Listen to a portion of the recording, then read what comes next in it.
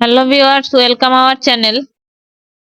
আপনাদের মোবাইলে যদি অটোমেটিক অ্যাড আসে সেটা কিভাবে বন্ধ করবেন সেই প্রসেসটাই এই ভিডিওতে আমি আজকে আপনাদের দেখাবো। কেননা ইদানিং আমরা ফোন ইউজ করতে করতে বিরক্ত হয়ে যাচ্ছি শুধুমাত্র বিরক্তিকর অ্যাডস এর কারণে।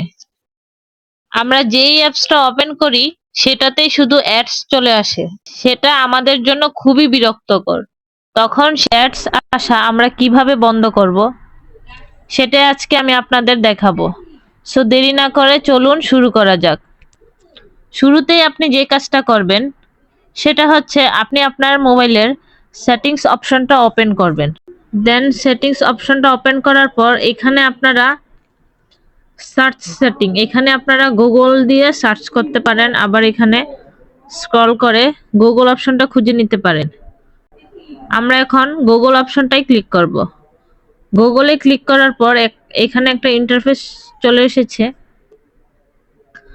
এখন আপনারা যে কাজটা করবেন সেটা হচ্ছে এখানে রিকমেন্ডেড আর অল সার্ভিসেস দুইটা অপশন দেওয়া আছে। আমরা এখন অল সার্ভিসেস অপশনটাই ক্লিক করে দিব। এখানে ক্লিক করার পর আরেকটা ইন্টারফেস শো করছে। এখন আমরা এখান থেকে অ্যাডস নামে একটা অপশন খুঁজে নিব।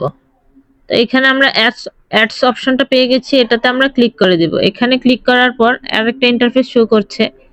এখন আপনারা যে কাজটা করবেন সেটা হচ্ছে, সেটা আমি আপনাদের দেখাচ্ছি। তার আগে আপনি যদি ভিডিওটি ফেসবুক থেকে দেখে থাকেন তাহলে একটা ফলো দিয়ে দিবেন, আর যদি ইউটিউব থেকে দেখে থাকেন তাহলে সাবস্ক্রাইব করে রাখবেন পরবর্তী ভিডিওটি পাওয়ার জন্য। দেন আমরা এখন এখান থেকে যে কাজটা করব সেটা হচ্ছে আমরা এখানে যে রিসেট অ্যাডভার্টাইজিং আইডি দেখা যাচ্ছে এটাতে ক্লিক করব। এটাতে ক্লিক করার পর এখানে আমরা কনফার্ম করে দিব।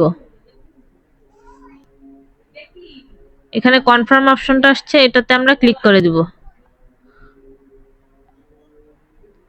প্রথম একটা। তারপরে যে কাজটা করবেন সেটা হচ্ছে এইখানে যে ডিলেট অ্যাডভার্টাইজিং আইডি অপশনটা দেখা যাচ্ছে এটাতে আমরা ক্লিক করে দিব।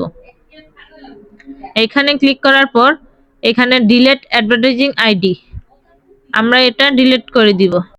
এভাবে ডিলিট করে দিলে আপনাদের ফোনে বিরক্তিকর অ্যাডস আসা বন্ধ হয়ে যাবে।